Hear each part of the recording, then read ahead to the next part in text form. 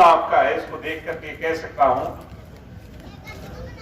कि JJP BJP के संयुक्त रूप से उम्मीदवार भाई गोविंद कांडा जी को जिताने का भी आपने पूरा मन बना लिया है। जीत को निश्चित से सुनिश्चित करने का मन बना लिया है। इसके लिए भी हम आपके आभारी हैं। सम्मानित बुजुर्गों, नौजवान, हम उम्र साथियों, ये चुनाव में हमें क्यों आना पड़ा? बाई इलेक्शन इलाहाबाद में आज इस कारणवश हो रहा है, ये आप मेरे से भली भांति जानते हैं। ये कह करके मेरे चाचा जी ने, अभय सिंह जी ने इस्तीफा दिया था। ये 3 काले कानून जो कृषि के केंद्र ने बनाए, जब तक मैं इसको रद्द नहीं करवा लूंगा मैं विधानसभा का मुंह नहीं देखूंगा। ये बात कही थी कि नहीं कही थी? मगर क्योंकि चुनाव तो इलेक्शन कमीशन ने करवाना ही है खाली सीट पर, अब इस बात की भी चिंता उन्हें सताने लगी। ये जो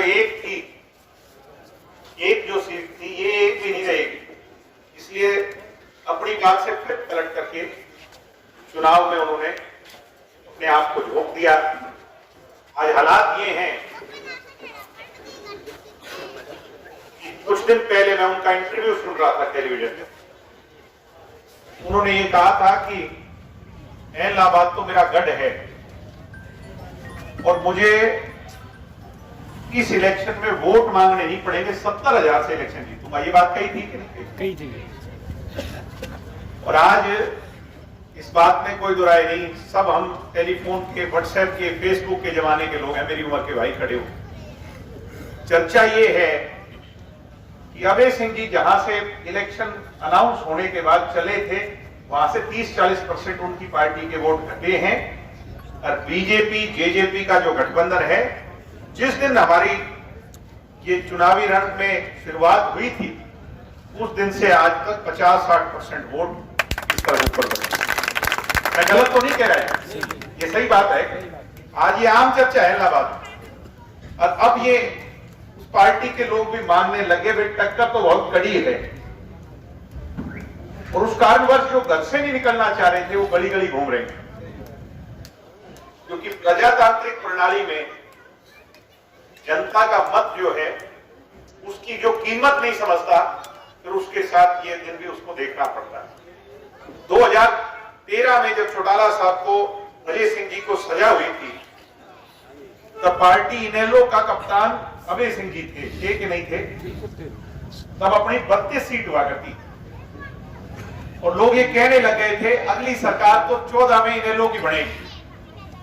आई बात ही 14 में अभय सिंह जी के नेतृत्व में 32 सीट से वो 19 पे आ गई इनेलो। और फिर जब हरियाणा में ये कहने लगे भाई आने वाला समय इनेलो का है 2019 में, जब मौका आया फिर दुष्यंत ने, मैंने और डॉक्टर साहब ने पार्टी उठा 19 की। आज कितनी सीट लेगी इनेलो? एक, चलो एक मान लो, और मैं एक भी बोल। क्यों नौजवान साथियों? क्योंकि अहंकार ले बैठे, मैं की राजनीति ले बैठी, अपने से बाहर देखना ही नहीं। पीछे से पवन बेनीवाल के लिए ये कहते सुनाई दिए तो ये तो कब्जा दब्जा करके मेरे साथ ही पैसे कमाए हैं। ये बात को राजनीति में कहने की है क्या? भाई आप जनता के बीच में ये मानो कि मैं तो लूटपाट की करता हूं और ये मेरे साथ ही लूटपाट करके आगे बढ़ेगी। इससे शर्म की बात नहीं हो सकती। कोई कार्यकर्ता चला गया तो पहली बात तो मिलना नहीं, लेट उठना, और उठने के बाद भाई साहब का मूड कैसा है ये भी पता करना पड़ता है, मूड देखना पड़े। और जो ये इलाहाबाद में इनेलो के बड़े बड़े चौधरी बनते हैं, यानी जो घोड़ेदार हैं, ये वो हमारे तेजा खेड़ा फार्म के पास जो पुलिया है वहां तक इनकी चौधर है, उसके बाद में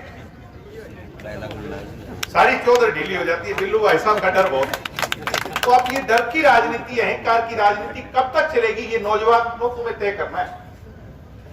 क्या हमने नेता ऐसा चुनना है क्या जिसके सामने जाते हुए भी डर लगे?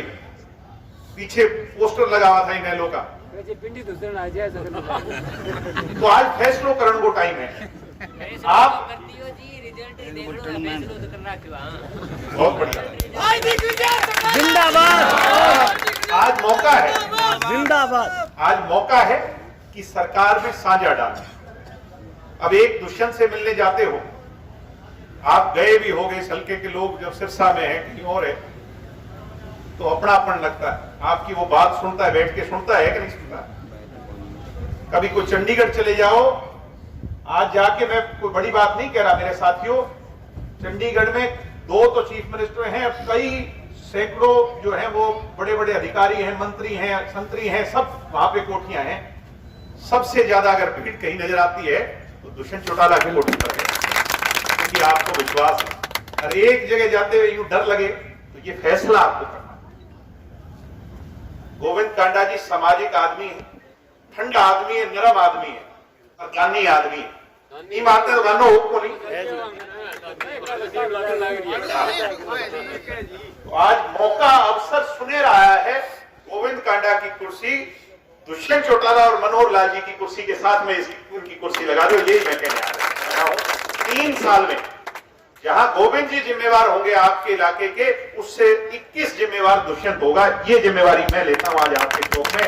आपके कोई मर्जी काम होंगे, आधी रात को भी आपको सोचने की जरूरत नहीं, आप सीधे आ जाइयो, सारे काम अपने बनेंगे। गली का हो, नाली का हो, बिजली का हो, पानी का हो, ढाणी का हो, इस इलाके में ये काम ज्यादा है।